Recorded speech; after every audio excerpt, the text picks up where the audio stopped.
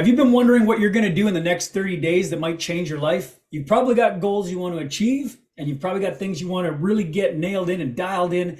And we're going to help you do that today with 30-day challenge. And what we want to try and set up for you here are some of the things you want to do. They're going to move the needle the most. We're not saying that you need to enter in on any competitions or anything like that. It's just, what if you wanted to change yourself in the next 30 days? What if you wanted to gain more muscle? What if you wanted to lose body fat? What if you just wanted to get better cardiovascular conditioning? What are some of the things you can do right now in the next 30 days to make a difference? On the Ultimate Man podcast, Coach Aaron and myself, today that's what we want to talk to you about. But we also want to go back and recap some predictions we made on UFC 298 back with the Volkanovski and Topuria fight. And we had some predictions we laid out on one of our main event episodes, and we got to touch back on that and let you guys know how those predictions turned out. So welcome to our episode today. Coach Aaron, he's here, he's in the blue, and he's looking good. How you feeling, buddy?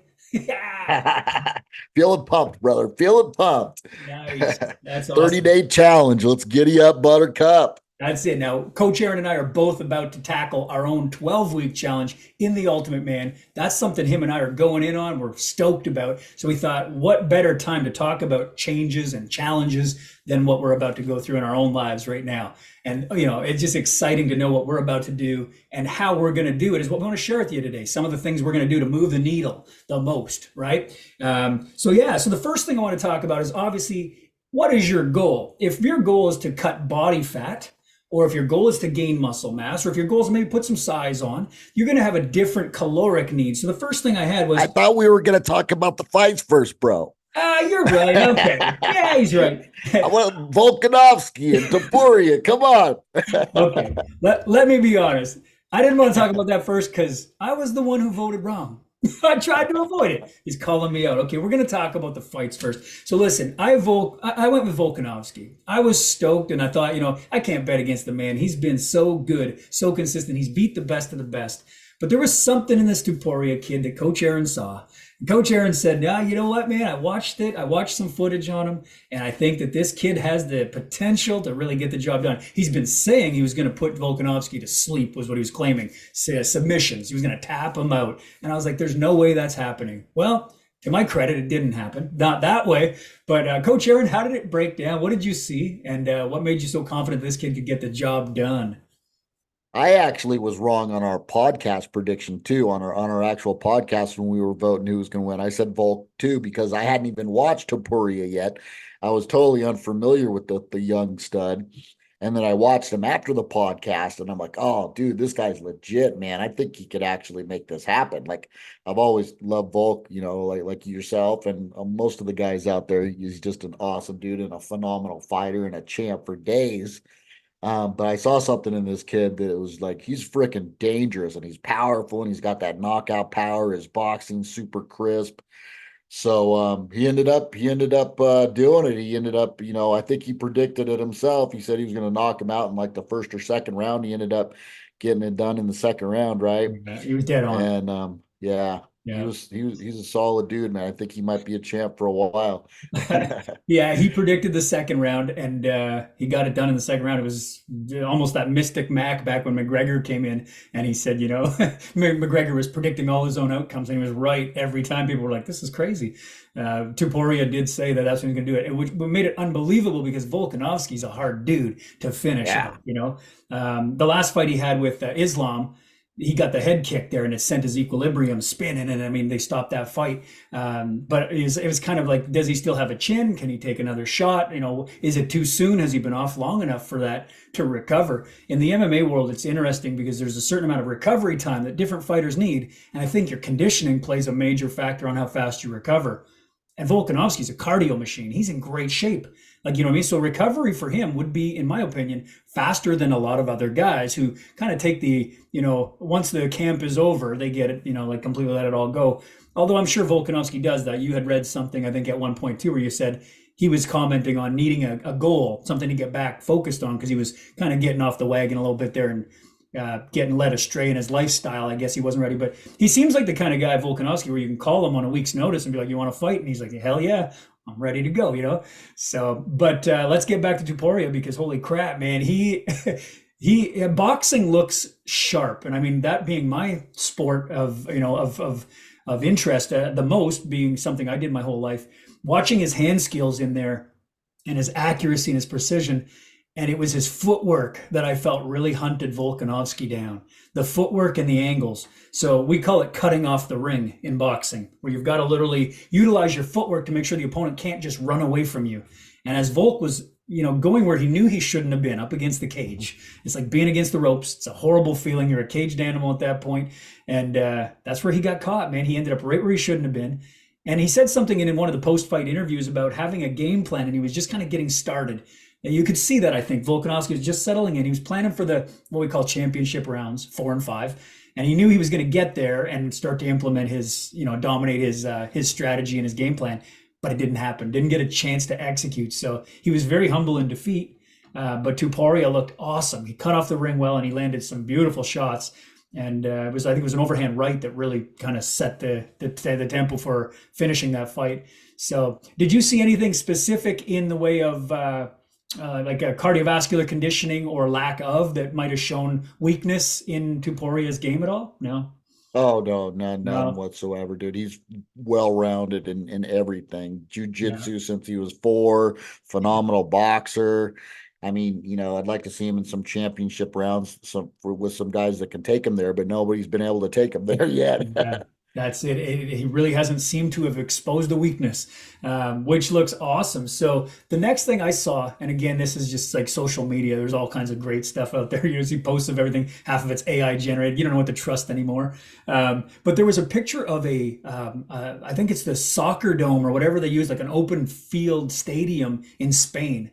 And it looked really awesome. And they had, I guess, superimposed or AI generated like an octagon in the center of the stadium down on the field. And they said that's where they want to host Tuporia's first title defense, because now he's the Spanish champion, first ever type thing in the UFC. And it was just such a cool like image of this stadium with the octagon down in the middle. I thought, whoa! But somebody had commented in the thread saying Dana doesn't do stadiums. That's not something the UFC does. I was like, interesting. That would be a very cool venue, outdoor and Yeah. open stadium like that. And in Spain, I mean, that's probably like a holy grail for them. They're big on their soccer. Looks like a big soccer stadium. And again, for guys listening to the podcast, if I'm wrong on all of this, it's just what I saw on social media. Okay, don't hit us in the comments being like, "You're so wrong. That's all not right." I just saw the post. It's what it is, and it looked very cool. So. How cool would that be to fight inside of a stadium? You know what I mean? You've been in the octagon before. What do Yeah. the venues look like that? What do the venues look like that you fought in, Coach? Were they like dive bar, or where were your venues? Yeah, mine was like mostly like, well, I did a couple like outside casinos. So like, oh God, some of those were horrible. It was like, just outside summer. One of them was like 107 degrees out. So the mat was so hot, like fighters were literally like burning their feet and their backs. You didn't want to go pull guard because you'd like get your back burned. Crazy stuff like that at the Indian casinos. Okay. And then, like some of the pay-per-view show and stuff was like a Circus in Reno. So that was like an indoor stadium with a pretty good sized crowd and stuff. So that was cool. And then I've been to a bunch of the UFC shows in Sacramento and Vegas, and those are all indoor. So Okay. yeah, I think there's an indoor one in that they're talking about doing in Spain too, because I know Dana's like, yeah, we're going to Spain. So they're gonna Mm. they're gonna make it happen for sure. Yeah, oh, that's awesome. And again, I could be wrong. It might have been a dome. It might not have been outdoor. I just remember seeing the image of it where it looked down on the open stadium. Maybe they just, for the sake of the image, took the roof off. But I think that's crazy. Your story of fighting outside and having the mat so hot you couldn't pull guard. That's crazy. Yeah, it was brutal. Man, man.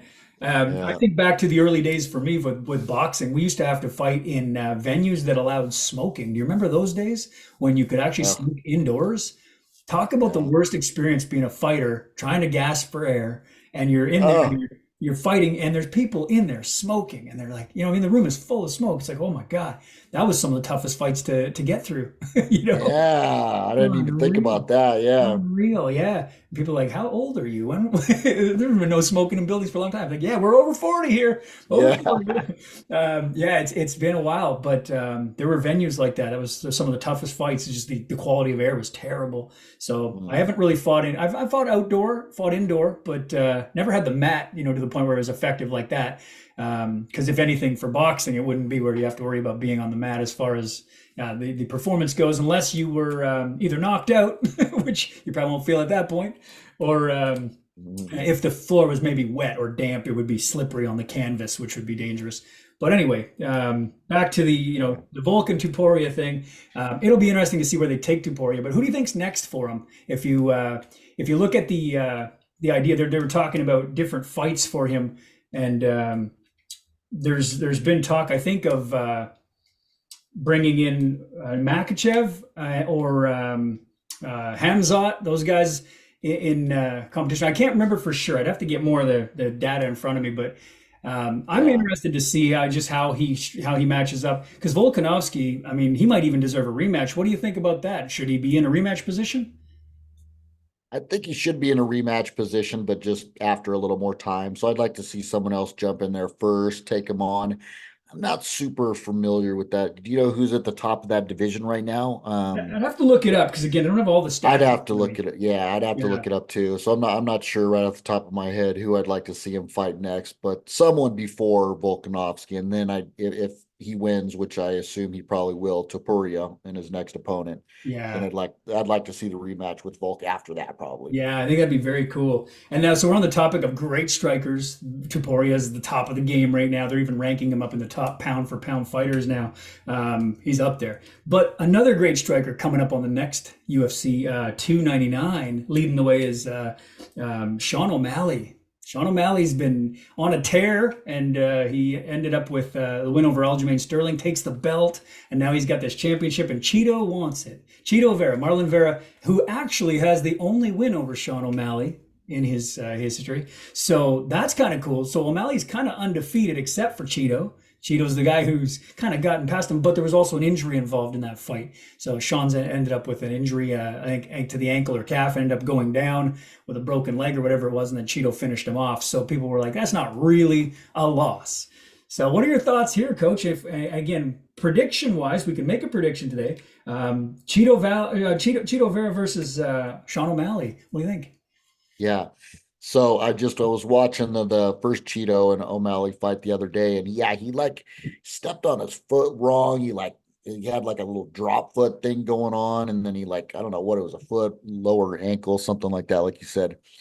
But yeah, I mean that's the only reason he lost that fight is because it was almost like self-induced. His foot placement was off or something like that. I like. I wasn't a huge fan of Sean O'Malley at first until I started watching a couple of his recent fights, and then I watched like him versus Piotr Jan again the other day, and I watched it the first time, and I actually thought I mean, it was a close fight. I think I was given the edge to Piotr probably because he Mhm. had more takedowns and stuff, Yeah. and they both landed some really solid shots in that one. But I was just impressed the fact that he has taken on some really good competition at this point. He's Piotr Jan, Aljamain Sterling.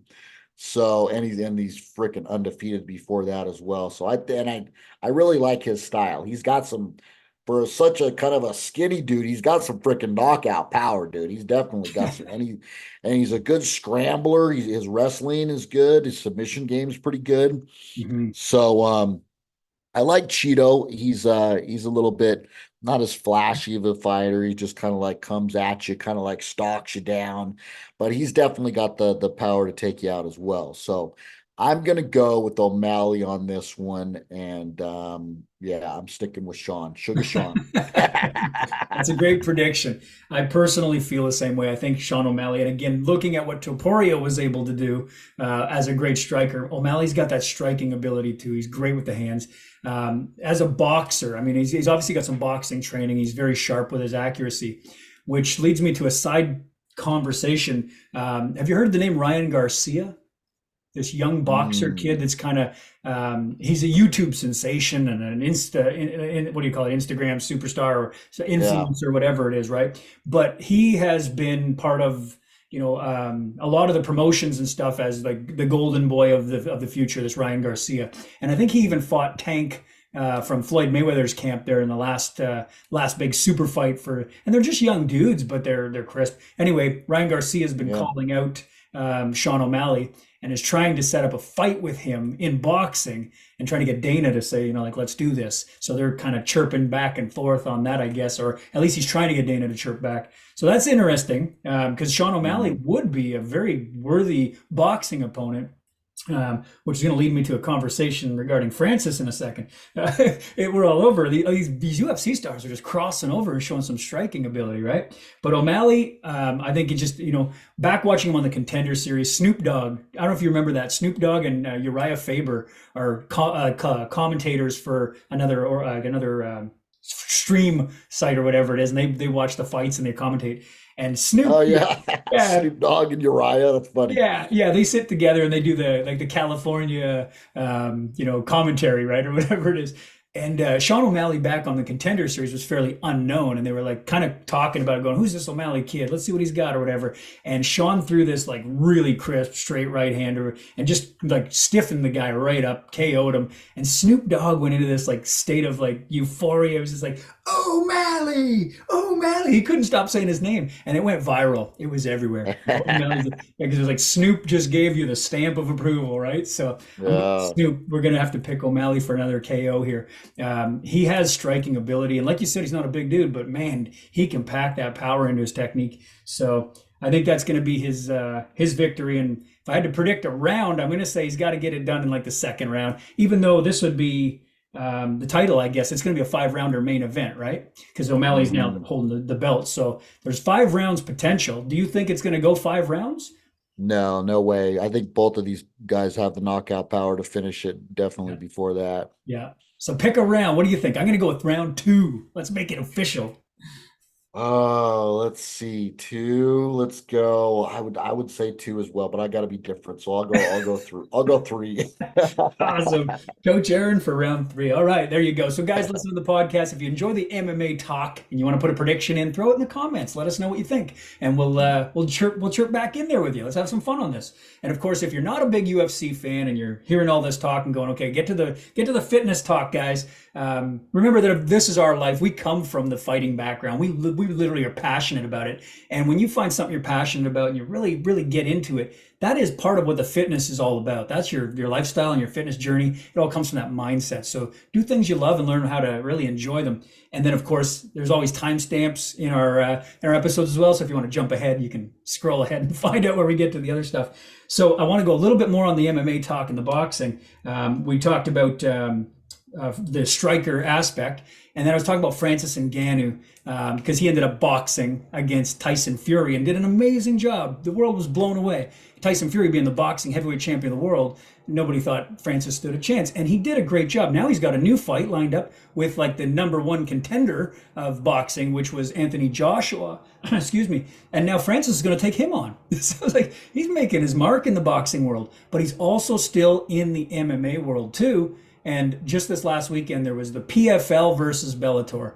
And they took the champions from each division. So the heavyweight champion of PFL, which is an absolute beast, this Ferreira, and he fought Ryan Bader, the Bellator champ, and didn't last more than about 30 seconds.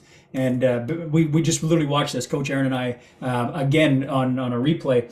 And there was such a height discrepancy. And when Ryan Bader threw his jab out, this Ferreira just reached over top and tagged him. And I mean, this guy's a monster. So, what are your thoughts here? If you can break down the stats, do you still have the stats in front of you, Coach, on how big this No, Ferreira guy is? I don't have mine in Okay. front of me, but he was like 6'8", like Yeah, 260 or something like that. Like 6'8's a big boy, dude. you're I right. would not want to strike with someone with that much reach. I fought the tallest guy I ever fought was 6'4", and for me being a little midget, that was a huge discrepancy as well. So I can't even imagine going up against someone 6'8", dude. It's crazy. Yeah, I did make some notes on this guy at 34 years old, 6'8". 260, you were right. And his Yeah. reach is 85 inches and his leg reach is 48 inches on the reach factor. So against Bader, he had like a foot's distance of reach in every direction. So there was like it was a very easy downhill strike against Bader. But Francis is coming in at 6'4" himself. So he's only, maybe 4 inch difference. That's still quite a bit though, in height. And you thought Francis was a big man, right? 4 inches more. And Francis has 257 as his recorded weight, which is very close in the weight division. But the reach factor is still 2 inches in favor of Ferreira. And the leg reach, which impressed me, was 48 for Ferreira and 44.5 for Francis. So I was like, there's quite a bit of like a 3.5 inch reach on the legs too. And I was like, if they use the kicks, that's obviously going to play a factor. And I don't remember Francis throwing too many kicks though. He's pretty much hand heavy. So Yeah. obviously boxing is something he's been dabbling in. So I don't know about this one. This is just interesting because it's two of the biggest men we've seen in the sport in a long time finally getting lined up together. We know what Francis can do. I haven't seen much of this Ferreira guy, but he is the PFL heavyweight champ. So, I mean, what do you think, Coach? Do you see a good fight here, or is this a long, drawn out, both guys kind of afraid to throw and they don't do anything? No, I think they're both freaking. They're both champions, dude. They're gonna go out there and try to take each other's freaking heads off. This is gonna be a fun one to watch with a couple of like really skilled, athletic heavyweights. When is that fight? That's a good question. Again, I should have had that information ready for us here. It says, I'm on the wrong Uh, page. I will have to look That's that all. up. Look it up, gentlemen. Check it out. Yeah. That's gonna be a good one. Yeah, because it's coming up in the PFL because of the Premier Fight League. This guy is the champion of that division. So Francis is now signing in over there with them. So he signed on, and he's the first contender, kind of walking in and going right at the champion. So it makes sense. I mean, he's at that level too. Yeah. So that is going to be awesome. I can't wait for that. I will check in on the date. Maybe we'll even come back and post it in the show notes, which is cool. So that was all the fight talk that I had that I wanted to go over. But I think there were some pretty good topics there as far as what we had predicted, what we're predicting for O'Malley versus, and that UFC 299 is going to be a stellar card. So many Yeah. big names on there, which is awesome. I know Coach Aaron was running through the list with me earlier, and if you guys are checking it out and you're into UFC, 299 is stacked with names, which is awesome. If we had to pick on this Ngannou versus Ferreira fight, I mean, I don't even know. I haven't seen enough footage to say how that fight would play out. I would suspect it would end in a knockout, one way or the other. So we'll hold off on predicting that one, and if there's time, we'll maybe make that prediction on our next episodes. There But you that's go. perfect. So from there, the fight talk, and back to our 30-day challenge talk, which is setting up for where we are and the excitement. So yes, I tried to avoid the prediction talk because I was wrong, but it's okay. It's okay to be wrong, guys. I'm gonna I be was right this. wrong too. Yeah, we're gonna be right this time because Sean O'Malley is gonna get the job done. That's right. Let's not go 0 for 2 here, Coach. All right, so Yeah. so on the 30-day challenge part, those of you tuning in and you want to know what you can do to move the needle in the next little while. The first thing we were trying to talk about there is that you're going to have to decide calorically which direction you want to head in. Calories are energy, food is fuel, and we got to figure out how much to consume in order to figure out which way you're moving. There is a maintenance for the amount of activity you have, the size of your body, and then you're going to have to figure out, am I going for body fat reduction? Do I need to create a calorie deficit? Or should I be looking at a surplus of calories, trying to refeed my metabolism and put some size on, which is also good because a lot of people think if they eat higher calories, they're going to get fat. They automatically associate more food means fat. And that's not the truth at all. That actually means better metabolism and more muscle opportunity for growth. And that's a good thing too. So what are your thoughts, Coach, on the first point of this, making a calorie movement? What would you think would be obviously the first take on that as a needle mover? What do you think? What are your thoughts? As a needle mover for the calories. Well, I mean, like you said, you just decide which way you're going. Are you in maintenance? You're trying to cut the body fat. You're trying to build some muscle and hustle. Try to get that start off with just 250 to 500, upwards of like 1,000, calorie differential from like where you're currently at to move in one direction or the other. So first you just kind of need to establish like where you're at. So if you haven't been tracking up to this point, like that's probably the first step is just to start assessing where you're currently at, what you're taking in, set your goal for which direction you're going to go, and then go from there. Love it, man. That's it. You literally nailed it there. I was thinking the same thing. You got to track. You got to have a baseline. So the value is in taking some time to start writing down what you're eating. If you're into using apps, you can use an app and start tracking through there. There's a lot of great ways to do it, but you got to make sure you know where you're at. That's the only way to know where you're going, right? You got to figure out where you're at. So step number one, move the needle by figuring out where you're at first, calorically. Step number two, I have it in there as literally steps, which is step number two. You got to start moving more. And that's just your daily grind, like more activity. It doesn't have to be exercise planned. It's actually what we call NEAT, the non-exercise activity, the stuff you didn't really plan for, the movement in your day. Now, there's trackers you can use for this. Like I always wear a tracker, a wearable. Some people have different devices you can use, like Whoop straps, Fitbits, and now you said something about I think Aura Ring. Do you wear an Aura Ring, Coach? I did for a long time, for years, but I haven't worn it for a long time. I was usually mostly just using it for sleep optimization to Okay. track how much I was sleeping and all that. But it did keep track of activity level a little bit too. Okay, cool. That's what I was wondering because I'm totally unfamiliar with that particular device, so I wasn't sure if that was something that tracked steps and activity. So. Hmm. Cool. Yeah, that's awesome. So when we always go with basic recommendations, the world of recommended daily allowances and recommendations kind of says like 6,000 to 8,000 steps for the average individual. And I have found that when we actually do step tracking using a device like this, usually 10 minutes of consistent movement warrants about 1,000 steps. So I always say, okay, if you want to get 6,000 steps, you're going to need to move about an hour in your day. Unplanned activity. That's decent. And if people aren't even getting 6,000 steps, I get scared. I'm like, what are you doing? Like in 24 hours, you didn't move 1 hour total? You know what I mean? Like that's crazy. You don't even have to do it all consecutive. You could chip away at it and do, like 6 little walks of 10 minutes would get you your hour. Like, it's like, that's crazy. So, but again, some people we're so at a desk these days. We're sitting here and we're doing desk work and you don't get up and move. And then you get up from there and you walk to the fridge and you go sit back down again with food. Then you go and sit back down at the couch and you binge watch your Netflix. So you're actually not getting a whole lot of steps and movement in there. And people go, I don't know why I'm not seeing any change in my fitness journey. It's like, you've really got to get your steps going. And it wouldn't take much. I mean, how hard is it to literally get up and walk? And for some people, I mean, I understand some people can't. And that's not what we're talking about, right? If you've got to use a cane or a walker, I see people who still get out and do that. Even in their like 70s and 80s years olds, and they're out there and they're making the effort to walk, and they're at such a disadvantage when they have to use something like a cane or a walker, but they're still out there.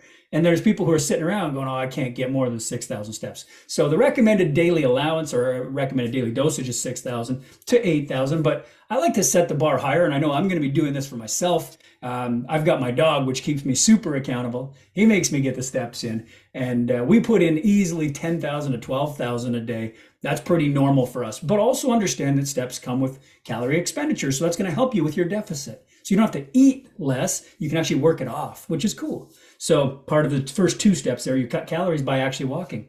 That's a good way to go. Step one and two are both, compensate each other. How about you, Coach? What are your favorite ways to get your steps in?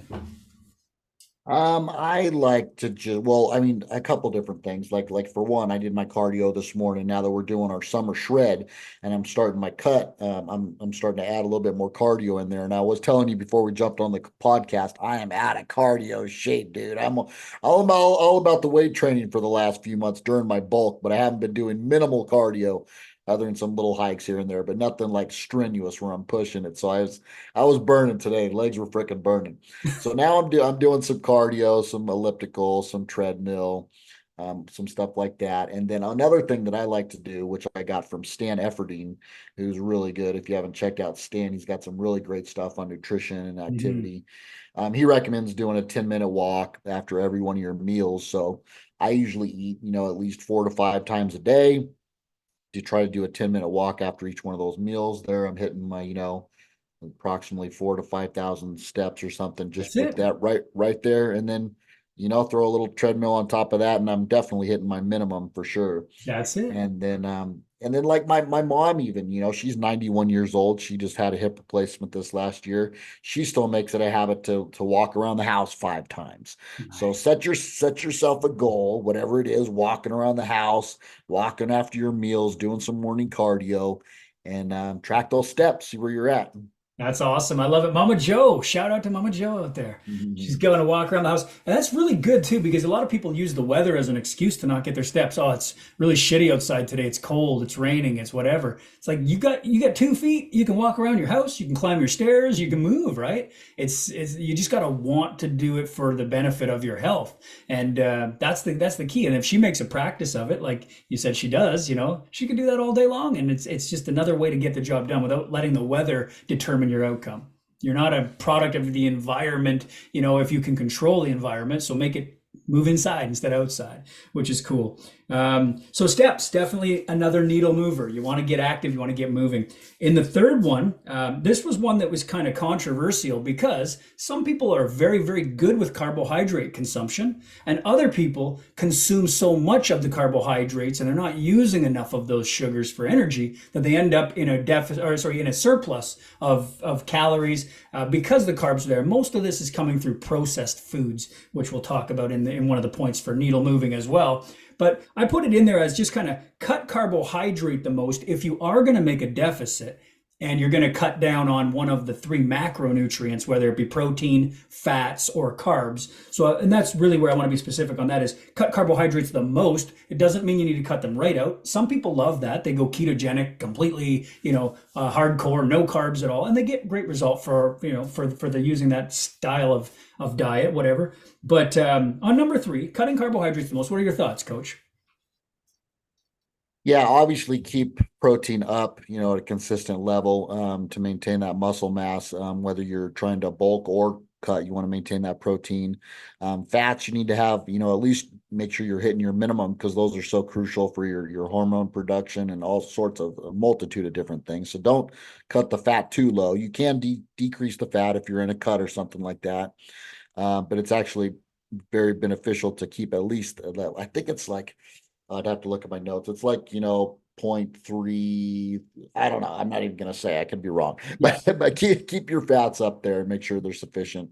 right. And then that's what I'll do with cutting my carbohydrates the most significantly when I'm trying to cut the body fat and just timing the carbohydrates appropriately. So you're not just having like a constant influx of carbohydrates at each one of your meals because that's going to increase your insulin levels. Insulin is a storage hormone, which is going to not help you to utilize and get rid of that fat effectively. So timing the meals, timing the carbohydrates effectively around your workout time and stuff like that is helpful as I well. love that. Love that. I love that you pointed out too that like the carbs are still welcome. They've just got to be used efficiently, timing them, making sure they know where to be, and that's important. And that's where our coaching and our experience has brought us to where we are. Is we're going to be able to do that on ourselves, right? And to use our own knowledge and our own experience and practice what we preach. And we're going to show you before and afters of where we're at and where we're going in the next 12 weeks for us. But we're trying to help you, the listener, right now in the next 30 days, just to start moving the needle, get some momentum.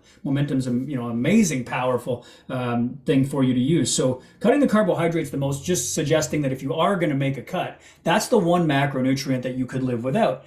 And the human body actually does not need carbohydrate to survive, but you do need proteins and fats. Absolutely. So if you're looking for a place to pull a little bit of calories out of your diet, start with there. That would be our suggestion. And we're both going to do the same thing there. So point number 4 is in alignment with that. We talked about carbs coming mostly from processed food. So in the next 30 days, you got to really buckle down here and say, how much do I want to change? And if I really do, I've got to stop all processed, packaged junk foods. So we've talked about cleaning out the kitchen, getting rid of those temptations, and not putting yourself in the drive-through line at the processed food chains and everything else. Just stay away from that in the next 30 days.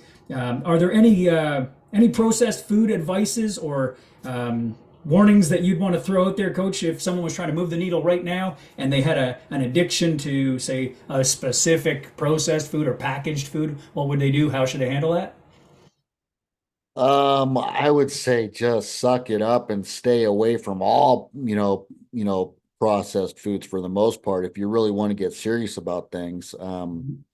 Yeah, and then while I'm still thinking about it, I looked up my notes here. It was 0.3 grams per pound of body weight. So for the fat Yes. recommendations, So it was so for instance, like a 200-pound man, that would be about 60 grams per day. So I wouldn't go below that 60 grams per right. day. Yeah, kind of a 30% rule. Yeah, zero point 0.3 grams per pound of body weight. Yeah. Yeah, processed foods, I mean, you just gotta, if you're making the decision to make some radical changes in your body recomposition, you just gotta see that the majority of those processed foods out there are just not gonna lead you in the direction of your goal. And you just gotta make the decision to just cut them all out and just go with whole foods. And the more you can stick to that and just make it a non-negotiable rule, the better off you're gonna be. Yeah. That's the truth right there. And on the other side of it too, someone would say, "Okay, well, that's easy to say, but I'm addicted to the processed foods. I love it." And I want you to know that's expected because the scientists who are designed, they're hired to design these and create these engineered foods to make you addicted. They want you to buy more. It's not because they want you to be fat. That's going to be the end result. But what they really want is for you to keep buying more product.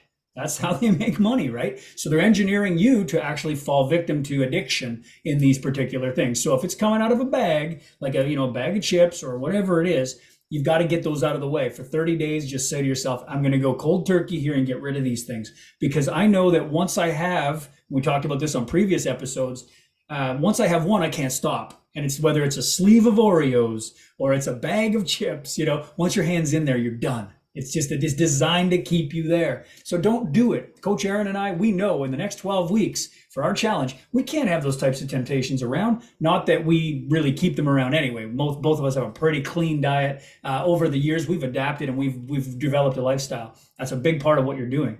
But you want to keep those processed foods out of sight, out of mind. That's going to be our best tip for helping you to actually get rid of it. If you're someone who's addicted to it, just don't put it in the grocery cart. Don't bring it home. Yeah. And I had a conversation with someone the other day. He was like, "Oh, you're the guy on video," because he was seeing some of my workout videos and stuff. He's all, "You're looking pretty good there, man. Like, what's the secret to putting on some size and stuff? What do I need to do for he was asking me some diet tips and stuff." And he said, "Oh, I gave him some recommendations," and he's like, "Oh, I guess I just need to be more disciplined, you know." And I'm like, and then I started thinking about it afterwards, and I'm like, discipline is not really the answer. You can't rely on discipline. Like it needs to be, and you need to have a plan, and you need to be prepared. And one of the main things that we really instill into our clients is just the importance of doing food preparation, for instance. And if you do your food preparation, you don't have to worry about discipline. You already know what you're going to eat ahead of time, got all prepared, planned out, and then you're not gonna go looking for the processed foods because you already have your whole healthy foods already made ahead of time.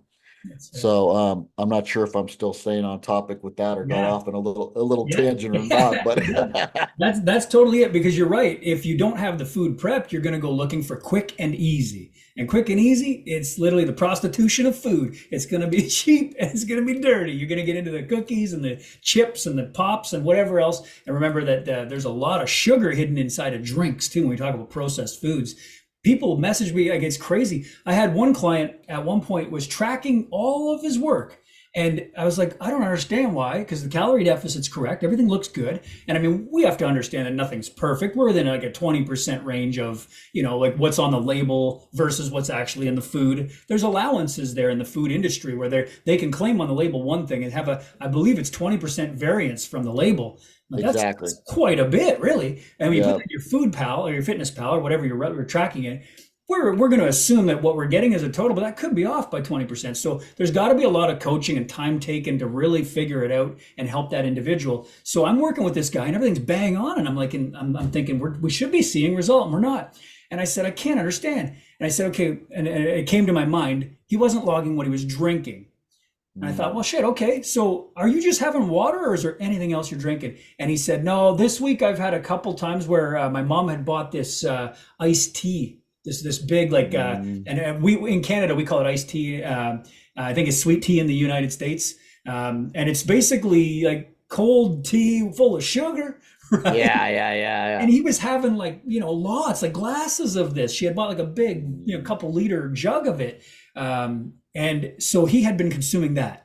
And that was the difference maker. Everything else was perfect. So I want you to understand that that is a game changer and a needle mover. If you're drinking something like that, soda pop full of sugar, or something like a sweet tea or an iced tea, or Gatorade, even like yeah, sports Gatorade, you think you're doing something good, but it's just wow. really full of a bunch of corn syrup and stuff a lot of Right. times. Yeah. And another one that comes to my mind is every breakfast, people have been taught to have orange juice. It's old school, right? Orange juice. Any of these juices are full of sugar. And if not just the sugar from the fruit, I mean, think about how many oranges would it take to make a glass of juice? Have you ever tried squeezing an orange? You're like disappointed with how much comes out of there. How many oranges will you have to squeeze to get a glass? And so you think about that, and then they've added to that sugars, they've added to that, syrups and things to make that. It's unbelievable what goes into these processes. So what we're saying is even drinks can be processed food. So be super careful. Because you're going to get a lot of calories there. That was the difference maker for this guy. And one more really cool story on the idea of syrup and sugars.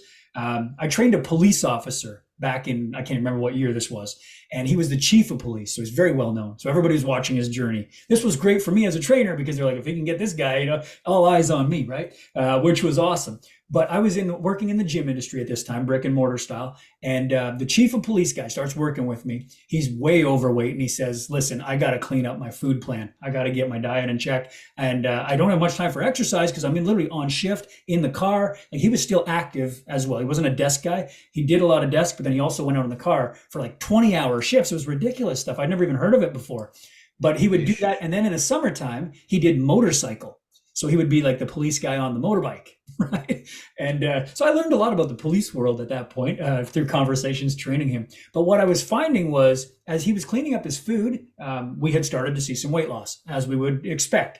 Then he plateaus on me, and I can't see any more change. And the same thing happens here, where I'm like looking through, and I'm like, okay, I've got to get you to start tracking more diligently so I can see all the details. He goes, it's really simple. I don't even have to track. I can tell you what I eat because it's the same every day. It's very routine. I'm literally in my car, so I bring what I can in the car, and that's it. It's the same thing. So here's what I have. And he gave me the list, and I was like, okay, well, that's easy enough to track. So I put it in, I enter it all in, and I'm like, okay, here's how many calories you're getting, which is far too little, right? Like under eating. So he was so in a deficit, but he had no expenditure either. But because he's such a big man, his calorie base metabolic rate was very high. So I had to find a way to get him to actually eat to meet that need. So I started implementing proteins, and I gave him snacks to bring, like protein type stuff, whether it was meat sticks, beef jerkies, things like that, whatever I could do to get his proteins up, boiled eggs he could bring with him, whatever. So I started giving him some tips and strategies. And we start seeing some changes in his training, and everything's going well. But the weight thing's not moving really at all. And I'm having a really hard time figuring out why. And I said, okay, you got to give me some indication of where you're getting these extra, whatever's going on. He gives me the fact that in the back of the cop car, he keeps a case of Pepsi Cola every shift and drinks the entire case. That's 12 cans. Whoa. 12 cans. Yeah. Oh my God. Because again, it's just like 20 hours long. So he's not drinking water. He's literally just drinking a pop.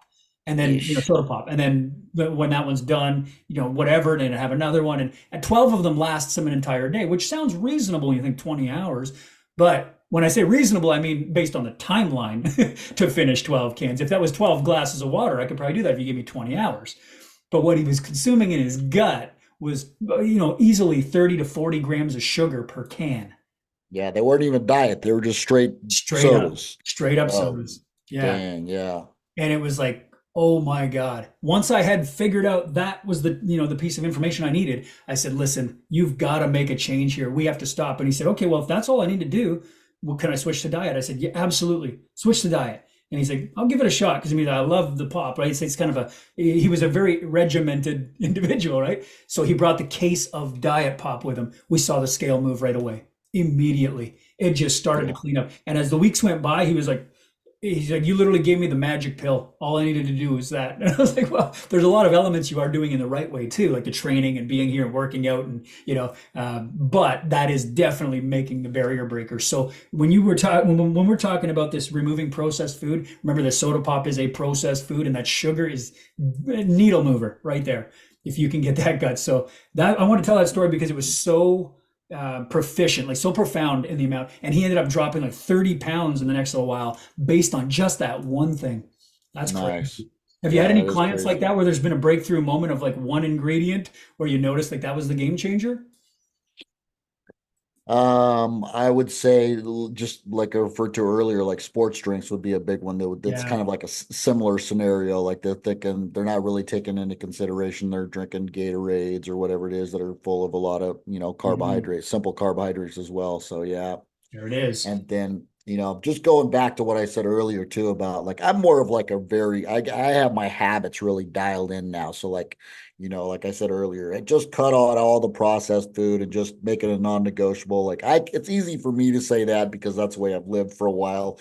But if I had to take a more of an empathetic point of view and realize that not everybody's coming from that state of mind and they're addicted to processed foods and stuff, even just to make the simple change of like making the whole foods and the meal preparation a part of your journey and emphasizing that first. And then if you need to, then have a little processed food at the end of your whole foods meal after you're already full and satisfied and you're not going to eat a whole bag of Oreos and you can just stick to one or two and you're still tracking your foods and staying within that calorie allotment.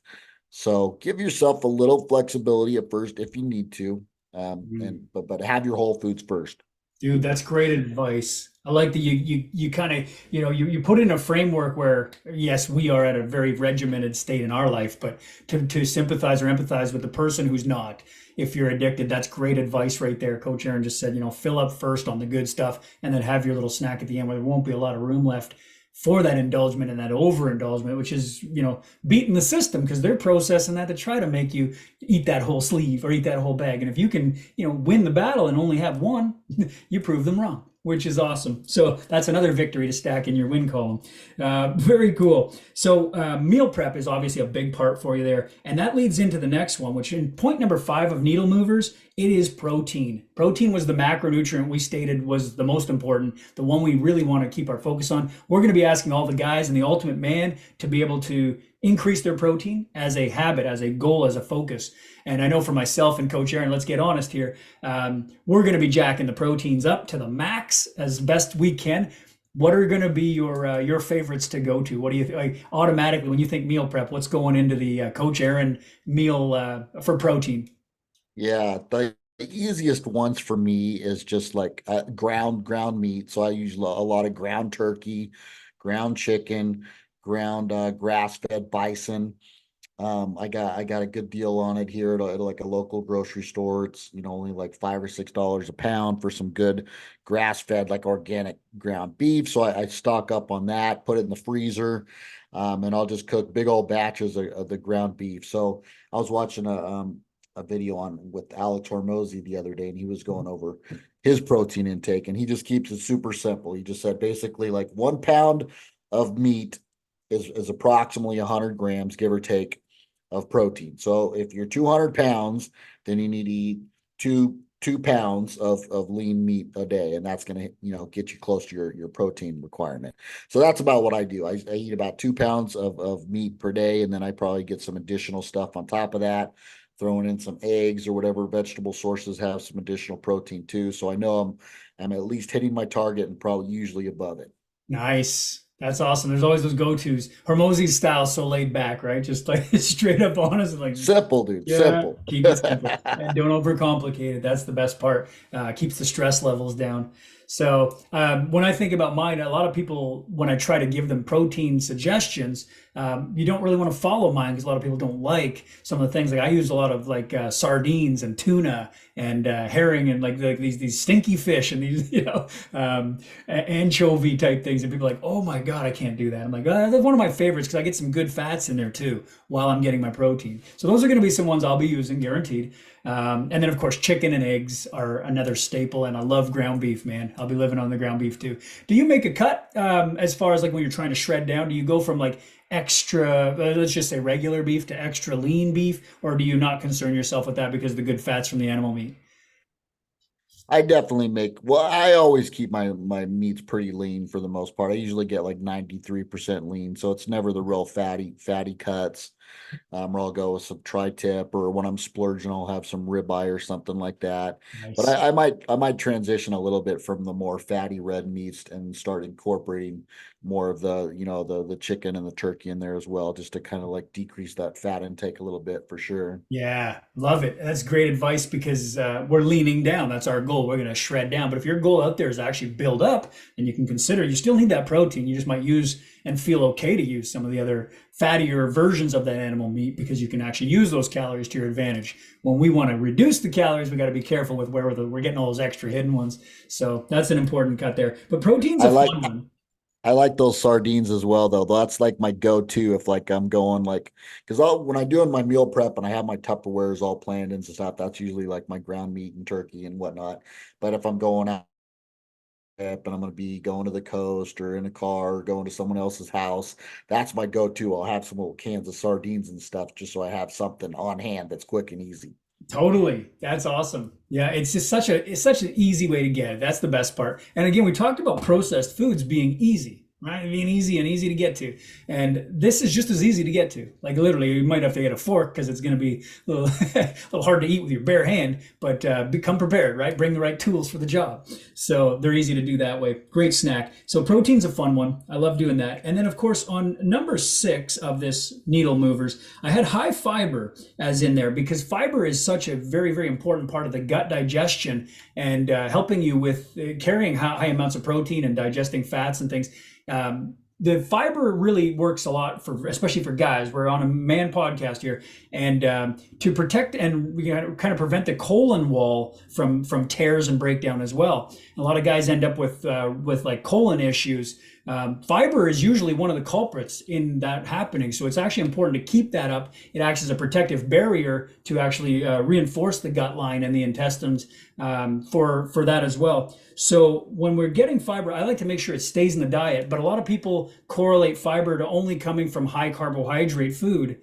So they go, well, I got to cut my carbs, and therefore they cut their fiber down at the same time. And I was like, there's still a lot of fibers you can get from vegetable. You can still use your veggies, right, to get fiber. You can still use good fat foods like avocado that still contain fiber. So fiber is one of those ones you still need in your diet. It's really important, but it doesn't mean you need to consume like these engineered cereals like breakfast cereal, fiber, high fiber this, high fiber that. Those are the worst way to go. They're usually not the best fiber. And they're not as high fiber as they're making claims. And processed cereals head us right back down that sugar alley again. So be careful with where you're getting it. But what are your takes on the fiber idea, Coach Aaron? And will it be part of your journey through vegetable? How do you kind of plan that? My whole fiber thing has changed quite a bit over the years because there's different camps regarding this as far as like the carnivores, for instance. Hmm. I was doing carnivore diet for a long time and they don't have any fiber in their diet. They're just straight meat. So I Right. went for a long time when I didn't have any fiber in my diet and I thought it would maybe cause some like constipation problems or something like that, but actually didn't cause any issues. Hmm. So I know I haven't done enough research to really be swayed really in one direction or another, like, for sure. Like I see the validity in both of the debates. Like I've heard Hmm. enough of the carnivore communities and debates about why they don't need fiber in their diet to be like, ooh, that's there's something to that potentially. So I have a hard time taking a stand one way or the other. Personally, I do like to include some more carbohydrates and fiber in my diet now, and I'll get them from some sources like sweet potatoes or Yeah. some berries and avocado, like you mentioned. Hmm. So Yeah, yeah. excellent. I agree. There's stances on both sides. There's a lot of arguments. There's so much information out there that we're trying to bring you clarity in the journey. But some of these topics are still a little gray area. But what I've seen when I think about colon cancer and I think about colon and like people, males especially, are supposed to get like rectal exams and prostate checks and stuff like that. And I've seen the sciences showing that there's a direct relation between fiber and the colon, I guess it's I'm not sure if I'm using the right word in saying it's I guess durability or its ability to not be like torn and have like leakage through the intestine walls and things like that. So I look at it more just on the health spectrum, saying if I can get it through good sources like vegetable and like avocado, like, and not have to consume high levels of carbohydrate, where I can still make my cut happen and I don't have to cut out all the carb, then I'm going to try and do that for the health purposes anyway of having that in there. It wouldn't hurt, and it's not going to hurt my weight scale or my body fat analysis or anything. That'd be great. So you can do your own research, of course, too, as you look up, fiber and take your stance on it. Because like you said, the carnivore community is going to support everything carnivore, right? And even if they found evidence that fiber was beneficial, they're probably going to find a way to find that it's not, because they need to reaffirm their belief. And then the other communities who are all fiber, are going to say the carnivore is terrible, because, nobody really wants to sit in the middle and say, well, it has benefit both ways. And, because they want to support their argument to sell whatever their thing is. But we're here to tell you that there are great arguments for both sides. And we're not 100% sure on the science of it either when it comes to the fiber. But I do believe that we should be getting it through vegetables. And I do like to use berries as well. I don't know. Do you use fruit and berries at all in your plan, Coach? Yeah, blueberries is my favorite. I'll throw blueberries into my protein shakes most of the time. Awesome. It's just another great way to get it. And fiber's in there. So if you're getting it by byproduct, great. That's what you want. If you look in MyFitnessPal, the actual app has nutrition journaling at the bottom. So once you put all your data in, you can look at the nutrition tab, and it breaks down what you've consumed, what your goal is, and what's left to achieve for the day. At the bottom, if you scroll down, it's going to have like your micronutrient breakdown as well. And fiber is in there. And it says for the average man or woman, there's usually in and about 25 to 30 grams of fiber for guys, and the women are in the around 20 to 25 range. So I was like, there's got to be some valid, maybe Under Armour's wrong, right? Maybe all these years they shouldn't have had a fiber goal in there, or maybe they're right and there's something to it, right? So I just try to make sure I'm hitting my goals. And so I went in there and I try to make sure I'm getting that 25 to 30 grams of fiber a day. And it's not easy to do when you realize that you got to eat a lot of these other foods that, like the berries and things like that, because you don't want to have your sugars going too high either. So it's really, there's a science to nutrition that makes it fun if you gamify the process and enjoy it. You can go Alex Hormozi style and just say, hey, let's keep it real simple. And then figure out what foods have fiber, just eat those foods, right? Yeah, and there's some supplemental fiber stuff you could take too, like psyllium husks or oat bran, some other ways to get in some real simple fiber too. That's a good point. Absolutely. And again, you're going to get about 5 grams of 5 grams of fiber per serving of those items, which is also equivalent to usually the fiber you'd get in one item of food, say one cup of raspberries, let's say, one avocado. You're usually going to roundabout get about 5 grams of fiber from that particular item. So the supplement you take would be 1 meal of fiber serving. And so people buy those and they think that's going to solve their problem. They're like, well, because I've had clients do this with me. They're like, well, so you're telling me I need 20 grams of fiber? Okay, great. I'll buy the supplement. They buy it and they go, I had the Metamucil or whatever it was. It only gave me like 5 grams in MyFitnessPal. I'm like, that's because it's a supplement, right? You're not living on it. It makes one of your meals, but you're supposed to eat the other ones. They're like, oh, this is bogus. What a waste. I'm like, it's not a waste. It's to top it up, right? So if you had to, you'd have to eat like 4 of those drinks a day to get the 20 grams total, or double up your scoops or whatever you need to do. But then be careful for your bathroom practices, right? So flush the system out. But anyway, so that's number 6 on there. Start taking a look at, and again, if you're tracking, it's going to have the ability to look at these things inside of your tracker and be able to look and see, am I low on any of the micronutrients that I didn't even know about? It's a great way to learn and to do your tracking. Just learn a little bit about your diet, what you're bringing in. Number 7, this is interesting because in my process, I always have the opportunity for people to refeed and have a little bit of a zigzag in their diet. When you're constantly moving in one direction, the body is constantly adapting. And Aaron and I talk about this when we talk about deload week, which you heard in another episode, when you're weight training and you have a deload week, and it's like, why would you do that? It is a zigzag to the body's ability to adapt, and then it's got a reset to it. So the same thing happens when you're looking at calories. And we have a 1 maintenance day calorie per week. And that doesn't mean go back and open up the processed foods and have a day of cheating and, going back in. But it just means that you're going to increase the surplus in the calories versus the cut you've been in for at least 1 day to zigzag the pattern. This works for almost everyone I've ever done it with, because your body is adapting along the way, and then you send it a little signal in the opposite direction. It tries to adjust to that. And when you go back to your normal, it's revved up and it's trying to readapt as you go back in, and now gets a novel response. Have you used this practice, Coach? Do you agree, or is it completely off track with what you do? Yeah, I totally agree. Because if you go into a calorie deficit for too long, your body's like, yeah, I'm freaking starving. I'm starving. It starts to want to like hold on to everything and not start to release its fat stores anymore. So like just giving it a periodic little break like that's going to be like your body's going to be like, oh, okay, I'm not starving anymore. So then when you go back to your diet again, you're like, okay, I can start releasing more fat stores. That's more fat stores. Oh, then you have a refeed day again. Then your body's like, oh, I'm happy again, and you're just like you said, just kind of like playing the system, you know. Yeah. Love it. It's great. And I'm glad that that's something that we agree on. We're both going into this challenge here. We're like, okay, we're setting ourselves up for success. And our listeners right now, we're setting you up too. All you got to do is just listen, take the notes, and apply the information. So 1 day of calorie maintenance, it's not a cheat day. It's more of a cheat meal. Maybe it's one meal where you're not even cheating at all. You're just increasing your calories a little bit, sending your body back up into the maintenance versus the cut. That's really the difference maker right there. And that, like you said, Coach Aaron, is it's to prevent that plateau from happening. And so the guys who are on the journey with us, you couldn't be in a better place than to have us with you. We're going to be able to avoid these pitfalls. But the guys out there going it alone, make sure you're in our communities, get on the free Facebook group, even join the Ultimate Man Forum so that we can help you along the way. Just to make sure these plateaus and these pitfalls don't happen to you. So that's the maintenance, the calorie break in the week. Number 8 is lifting weights.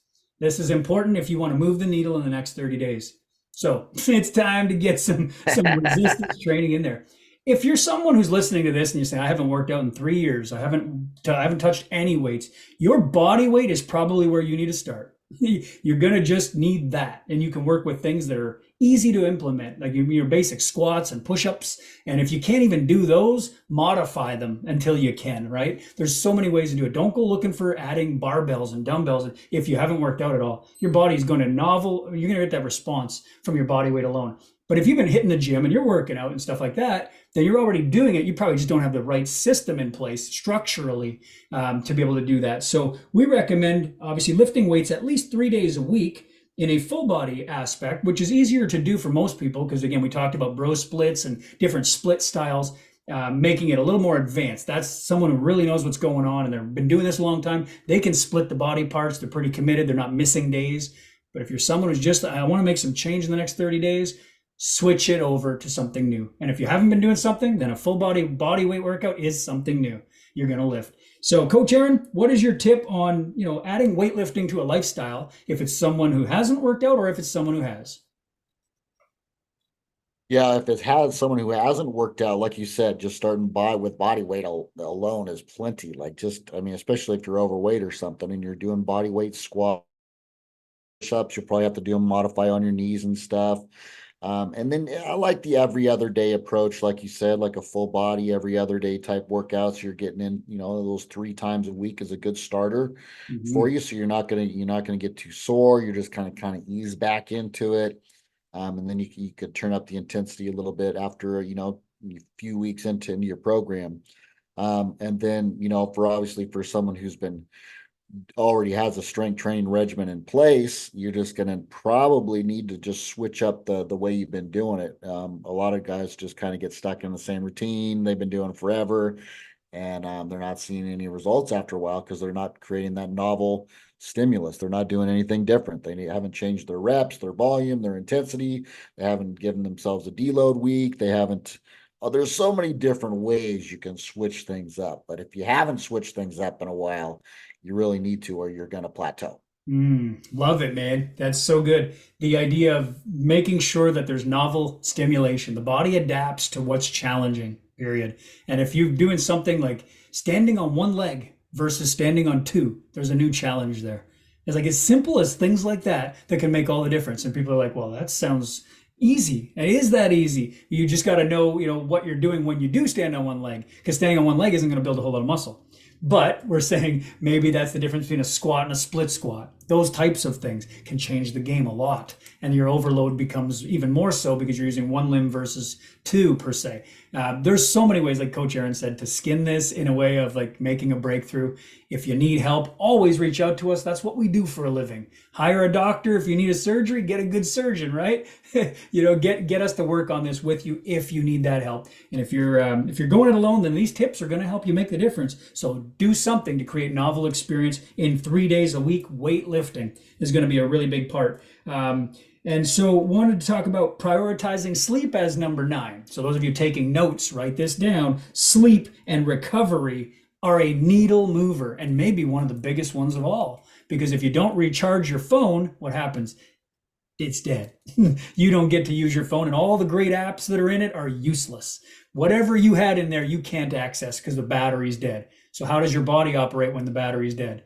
All the greatness you have, all the potential you have, everything is useless at this point. You're out. That's it. Coach Aaron's falling asleep right now.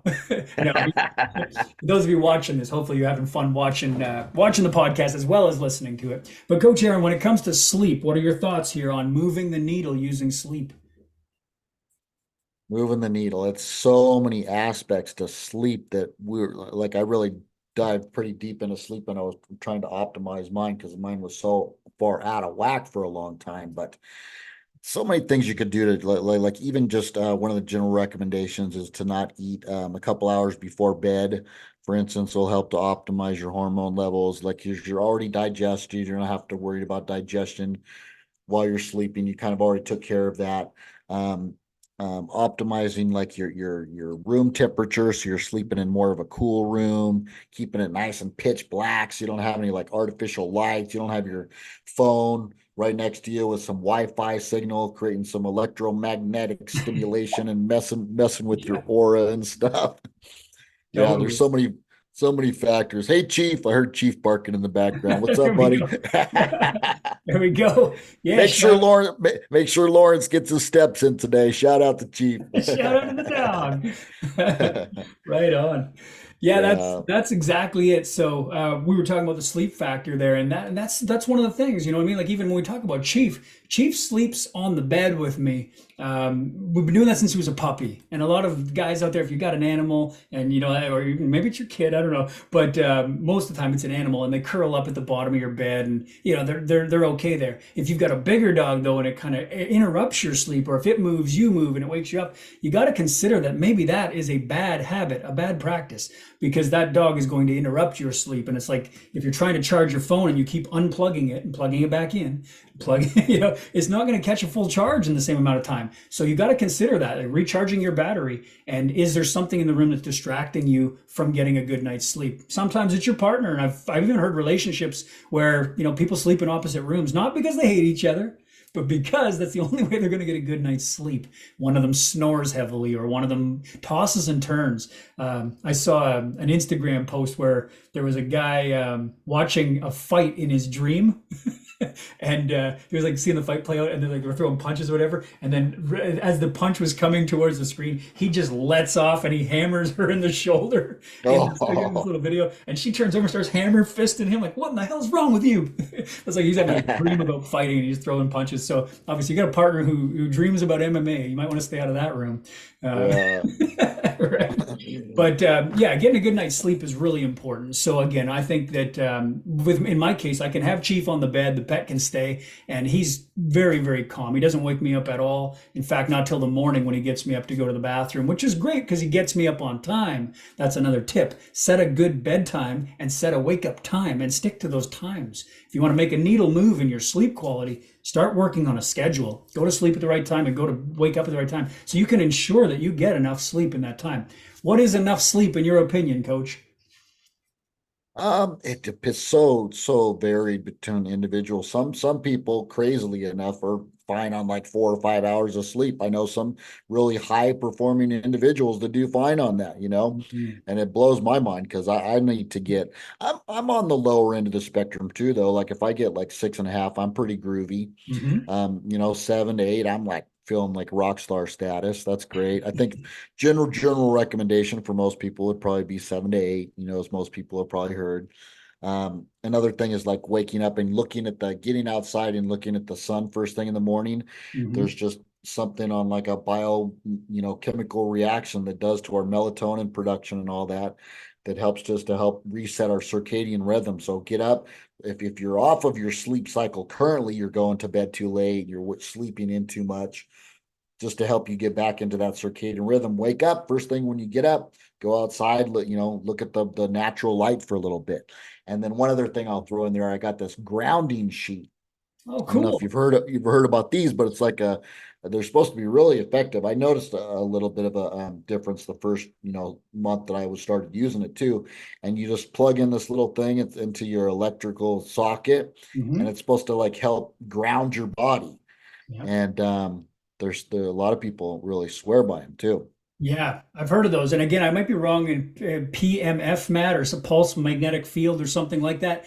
And it's kind of like the Earth's surface has a gravitational pull, a magnetic force that pulls the body to the earth. And it always is recommended that you go barefoot out in the yard and spend some time out there letting grounding take place, which is proven and scientifically been something that you're seeing a lot of people talking about lately. But for the people who can't get outside for whatever reason, maybe it's winter time where you are, you're not going to go bare feet in the snow, where I am right now. These new tools are becoming available, and they were originally, I believe, very, very pricey to get access to, but now they're starting to become smaller versions and still effective, but at a much more reasonable price point for people to access. And it's to bring the Earth's magnetic surface into your house so you can use it. So I always say, walk around your house in your bare feet as much as you can. That's as close as you're going to get. But if you can get access to something like Coach Aaron's got, I believe it's the electromagnetic field or pulse magnetic electric field, something along those lines. Then you're getting access to be able to do it at its like at a higher level, like as if you were out on the Earth's surface, bringing it to you. Does that make sense? I think that's kind of the way I understood it, anyway. Yeah, yeah, totally. Just reconnecting with that Earth's natural energy that a lot of us are disconnected from because we're wearing like rubber soled shoes and stuff, and just we're not connected. So it's just kind of another way to kind of cheat the system if you have to. That's it. Yeah, think back to the hunter-gatherer days of it all, right? Running around barefoot on the Earth's surface. And it's like, man, we get so far away from it as technology makes life convenient. We start, enjoying I guess the more laid-back lifestyle, and you don't actually build up. I mean, I would have to say that my feet are horrible for sensitivity. Like, I mean, to walk on the beach with little rocks and pebbles, I am the biggest baby, man. I'm like, ow, ooh, ow, you know what I mean? Like, I can't even put my foot down. Like, and then if the sand is hot, I've got no tolerance in my feet. Like, I would say rubber-soled shoes have probably destroyed any ability my feet have to call themselves tough. Yeah, yeah, yeah. Yeah, Horrible. I'm the same way. This last year, I actually was going out onto the track every morning, and I would try to toughen up my feet because I like to go like hike in the creeks and like do hiking and stuff barefooted as much as I can. So like Nice. I was actually making it a point to like get up every morning and go like just walk around this track that had like a gravel. It was Cool. all gravel, so it was tough, and I would like toughen up my feet and create some calluses on them. Nice. That's awesome. I think of that in the barbells, in the gym, and the barbells and the dumbbells too. When you get the calluses on your hands, at first when you're doing lifts, it hurts. Like, you know what I mean? You can feel the burn of the skin but after a while, it calluses over and you become very tough. And next thing you know, you're not needing gloves or any of the assistance to get good grip strength and good dexterity and not have the pain in the hands. The feet operate the same way. So if you can get some grounding in there and get some time in your bare feet, that is a needle mover. And it's also going to help with the sleep factor, as Coach Aaron was saying, because if you set the circadian pulse rhythm properly in the morning, you're going to get it to set off at night and start to release the melatonin naturally in your body to get a better night's rest. A lot of people don't have that signal go off because they messed up the signal in the beginning of the day. That's it's pretty important to remember. But you mentioned something about high achievers sleeping 4 hours, some of them 4.5 hours. And it made me think of two things. Number one, I base, how long should you sleep on quality of sleep. And I do wear a wearable. Again, I mentioned that, and I'm not giving all the credit to it, but it does show a sleep score, a direction between your breathing, your heart rate, and your sleep and the stages you're in based on your movement during your sleep, things like that, right? So it gives a sleep score, and I just use the score to kind of tell if it's is it moving in the right direction, better, worse, or the same, right? And I just watch for the nights that are worse. What did I do different? If the score goes way down, I must have done something different, whether the tracker's accurate or not, right? It's tracking consistently at least. So I look at the consistency part of it, and I say, well, sometimes I sleep less hours and I get a higher score. How's that possible? Right? So Mhm. it's got to come down to something to do with the quality and not just the time. So when you were saying, Coach, that it depends, there's different people, different times. It's proof. I mean, it literally is showing response from there that sometimes I might sleep 4.5, 5 hours, and I get a higher sleep score overall Yeah. than I did when I slept 8, 9, or 10 hours. So there's Yeah. definitely some evidence there that the quality of sleep matters the most. So getting a good quality, having the practices that really allow you to shut down and get deep quality sleep make a big difference. And then of course, what kind of cardiovascular shape are you in? If you're in good cardiovascular condition, your breathing rate is so relaxed, so open airway and so smooth, you're going to actually rest better. Where if you're struggling to breathe, you're going to be, snoring and having a hard time getting air. That's going to interrupt your sleep every time. And then you might even need a CPAP machine to open up your airways.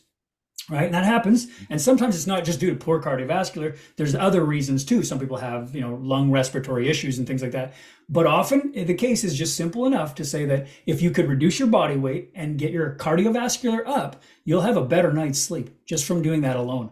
And then it made me think one more funny thing was actually Arnold Schwarzenegger. They were talking about Arnold. And they're interviewing Arnold, and they were saying something about sleep, and there's not enough hours in the day, and I don't get enough time to sleep or whatever. And it was just funny because when he was talking about getting training in, they're like, "How do you get all your training in, getting up so early or whatever?" And I can't get enough hours to sleep. And his response was, "Just sleep faster." It's like, that's awesome. Right, Arnold. Because I think that when we talk about that, ultimately 4.5 hours, if that's all the time you've got to sleep based on whatever your schedule is, you need to get that 4.5 quality hours. So Arnold was kind of joking, saying sleep faster. But I think really what he's saying is sleep in a deeper quality would be very beneficial. And that's where you're going to get a better sleep score. So that's part of number 9, prioritizing sleep. We've harped on it pretty hard, but it's one of the major movers of the needle. And I know a lot of guys out there struggling with testosterone levels. This is when your body does its recovery. This is where your hormone production is at its reset. The central nervous system is shutting down and resting when you sleep. If you don't ever shut that down because you think you're invincible and you're bulletproof and you can keep running, and I'm good on 2 hours or I can run all-nighters, you're destroying your testosterone levels night by night. So keep an eye on that because you can definitely move the needle by fixing it up. And that's where Aaron and I are going to be in the next 12 weeks is we got to work on that sleep. I know for myself, totally guilty. The last couple nights I've been up so excited about our Ultimate Man Summer Shred. I've been in the app that we're going to be launching for everybody in the program, and I've been putting in like literally long nights, man. I was up, till some pretty late hours of the evening, just excited about what I'm working on, and I'm getting some quality work done, but then I'm sleeping. I got to get up for clients the next day, and I'm like, oh my God, I slept like literally 4 hours, 3 hours. I'm like, I can't keep up with that pace. It's going to destroy me. So we have to realize that you're doing it in this case, it was for a project that is now ready to go. It starts tomorrow. So we're going to make sure that we get everybody who wants in on our Summer Shred program to get in on it. Obviously, by the time you hear this episode, it's already started. But I think we were actually thinking about maybe even keeping the door open for a little bit in case people wanted to get in. We might even offer that and watch for our posts because there might be an opportunity to get in a week after the fact. But we're excited. We're getting it going, and sleep has got to be prioritized. So I'm getting ready to put a time on when I go to bed and stick to it, and then a time I want to get up. So that's going to be a Nice. big mover. How about your sleep schedule? Have you already laid out when you're going to be doing it, when you're going to bed, when you're getting up? Yeah, I'm just already into the routine now. I pretty much go to bed. I was going to recommend say this to most people too. If you get to bed earlier, it's very helpful for the majority of people. You're going to get a lot. You're going to get your deep sleep usually in those first few hours of your sleep. So if you can go to bed, I like to go to bed by like 10-ish is kind of like my set routine. Go to bed by 10, then I can easily get up by like 5 or 6 a.m. Then I've got my 7 or 8 hours. That's kind of like my set schedule. Um, yeah, so get to bed early and you're gonna get that deeper sleep and you'll be able to, like Arnold says, sleep faster. Sleep fast. Just get down, get down. That's awesome. And so, number 10 of our list of needle movers is something that is perfectly timed, I think, right now, because the next event on the calendar that is coming up is St. Patrick's Day. And when you think St. Patrick's Day, what is the first thing you think? What do you think? Whiskey. Out of Whiskey. alcohol, drinking something. I'm Jameson, like the whiskey, and I'm feeling frisky. Let's have some cocktails. No, just kidding. So true, though. So true. And it's the first thing that comes to mind, right? People think leprechauns, they think four-leaf clovers, and they think alcohol, right? It's just that's St. Patrick's Day, man. Anything, and they'll take anything, put some green food coloring in it, and it is good to go, right? And so people get heavy into the drinks. And so we just wanted to kind of throw it out there that in the 30-day transformation, if you want to get that needle moving and you're someone who's been kind of, victim to the consistency of having alcohol, maybe you've been doing it daily, maybe you're doing it once a week, it's a glass of wine a night, or it's a couple beers on every Friday or whatever, and you just want to say to yourself, I need to move the needle. What I've been doing consistently has to stop and I've got to do something different. It's time to say to yourself, I've got to cut this back, if not cut it out altogether. For my clients, when I get in on this, we make it non-negotiable to say, let me challenge you to go with no alcohol for the entire month. And I know Joe Rogan and these guys, they're all doing these like no, I think it's no alcohol that they're doing, something like that for the entire month of, if it was October, November, whatever it was. And they did like a clean month. They're kind of just no stimulant or whatever it is. And cleaning it up. It's like those types of things are great for your mental health because you feel that sense of achievement and clarity too, because you're able to overcome something so powerful as an addiction. And some of us don't want to call it an addiction, but when we really, really are that consistent with something, we have to consider that it's become part of our life. And the word addiction just kind of sounds like a strong word to use, but you're literally doing it on a regular basis. You're pretty addicted to the pattern, right? So you're doing it, whatever that is. Coach Aaron, you could speak more directly on it because there's been a time in your life where you battled with a little bit of that alcohol, and obviously overcame it. But do you believe that, obviously in moving the needle, St. Patty's Day could be one of those days that sets you on a trigger, if you've been pretty good at backing it off. If you were to get into like some festivities and have a few drinks or cocktails or whatever, would that be a bad move for someone who's trying to move the needle in the next 30 days? Yeah, if you're doing the 30-day challenge, if you're doing our 12-week summer shred challenge, just drop the booze. Stop hitting snooze and drop the booze. There you go. Um, I think here's a couple little notes I made to recommendations for like helping people that want to quit drinking too. First of all, you need to make sure your diet's on point, and you might even want to be taking some extra supplements because a lot of the booze and stuff over a long period of time it's doing damage to your organs. You're losing potential B vitamins and stuff. So if you have energy issues, you might want to add some B complex or something to the mix. So really get your nutrition on point, focus on your hydration, make sure you're getting plenty of liquids in you. Stabilize your blood sugar levels, because your blood sugar levels are most undoubtedly been all screwed up and wonky from the alcohol intake. So I think the more that you can increase your essential fatty acids, and your essential amino acids, that's Mhm. going to help reduce some of your cravings as well. And then taking some things like, Tudka and milk thistle are a couple good liver supportive herbs that might help during the transition. So if you're someone who's been drinking and you know you need to cut back, just really get that diet, hydration bond point, supplement some things that's going to help just, reestablish the resiliency of your liver and the organs that you've been putting through hell. And it's going to help the weaning off process be a lot easier. Nice. That's some good evidence and some good advice right there from someone who's been through the battle themselves and looks amazing now, sounds amazing now. These guys on the winning side. Coach Aaron, I'm proud of you, brother, for everything you've battled to get through to that point. But that advice now becomes someone else's message, right? So that's awesome. The other thing I think that goes hand in hand with the whole St. Patty's Day, the alcohol, it's the crowd and it's the people you surround yourself with. And I think in this journey of making a needle move in your next 30 days is to really watch your circle closely and maybe even closer than you've ever watched it, at least for the next 30 days if you want to see some change.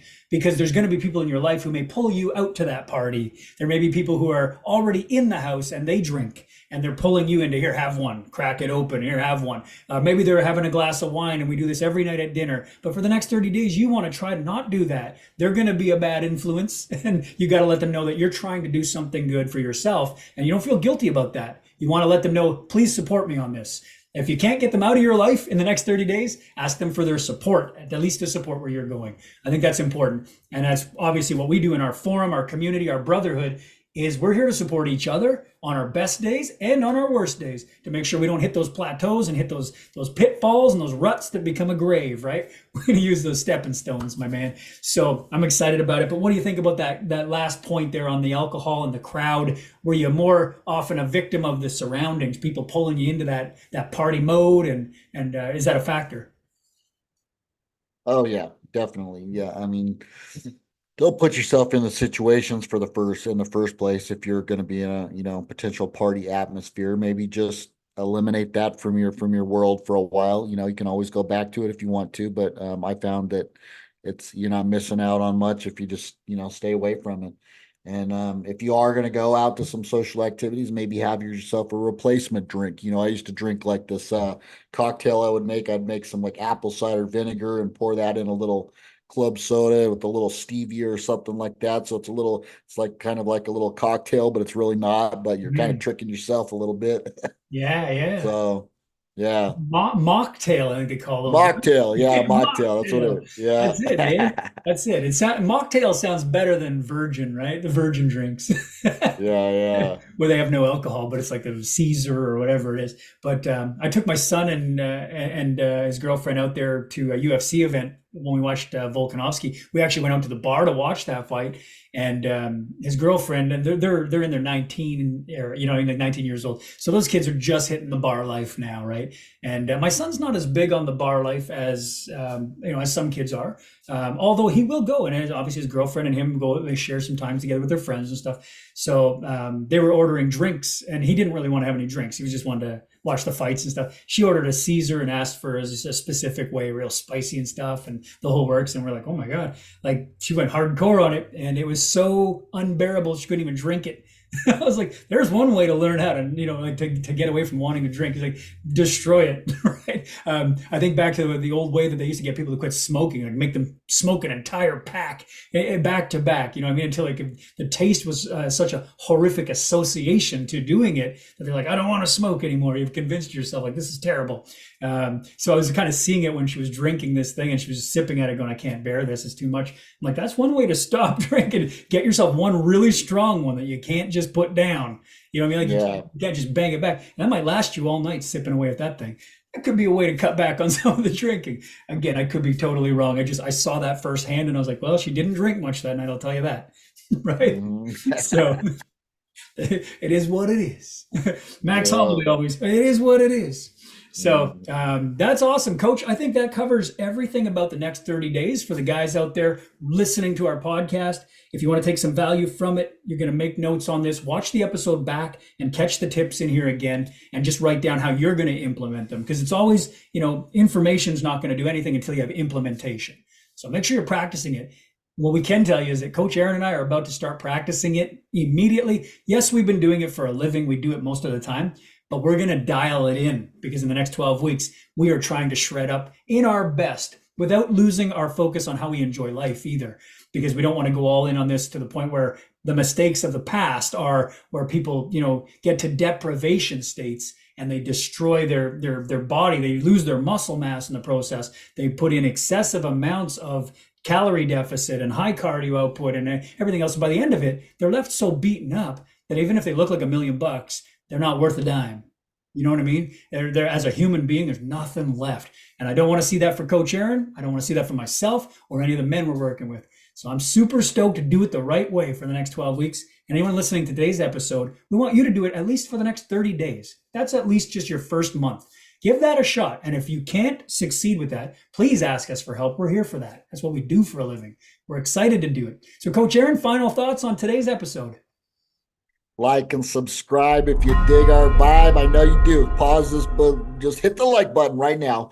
And like Coach Lawrence said, we're doing our 12-week summer shred. We're starting this week. We're super stoked to turn it up a notch ourselves and get in the best shape of our lives. And if you're, needing some help, we'll put a link in the show notes. Get involved in our Ultimate Man forum or our free group or somewhere. Reach out to us, connect with us on social media, leave some comments here on YouTube, and let's get this party started, gentlemen. That's great. Let's do this. And we haven't had our cheers yet today, but on the topic of alcohol, if you want to replace your alcohol, just start getting your water in there. You got to get it anyway. It's going to make a difference. So cheers to the Ultimate Man podcast. Cheers. Coach Aaron. Grab yourself a mocktail. There we the greatest mocktail of all. A nice glass of water. There you go. Awesome. All right. And on that note, gentlemen, around the world watching the Ultimate Man podcast, we appreciate you guys. We're here to make a difference in your life and ours in the attempt to make a movement that's going to create a brotherhood and really develop the ultimate man. All right. So on that note, let's bring it in, boys. Get it. Yeah.